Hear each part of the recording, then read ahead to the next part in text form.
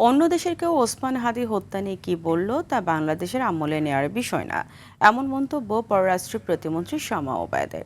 সকালে পররাষ্ট্র মন্ত্রণালয়ের এক ব্রিফিংয়ে তিনি বলেন, এই ঘটনার বিচার করতে বাংলাদেশ প্রতিজ্ঞাবদ্ধ। মমতা বন্দ্যোপাধ্যায়ের বক্তব্য আমলে নিচ্ছে না বাংলাদেশ। জাতিসংঘের সাধারণ পরিষদের সভাপতি হিসেবে পররাষ্ট্রমন্ত্রী ডক্টর খলিলুর রহমান নির্বাচিত হওয়া বাংলাদেশের গণতন্ত্রের বিজয় বলেও মন্তব্য করেন। এদিকে প্রধানমন্ত্রীর প্রথম বিদেশ সফর নিয়ে প্রতিমন্ত্রী জানান, বহু দেশ থেকে দাওয়াত এসেছে, তিনি কোথায় যাবেন তার সিদ্ধান্ত একান্তই নিজস্ব।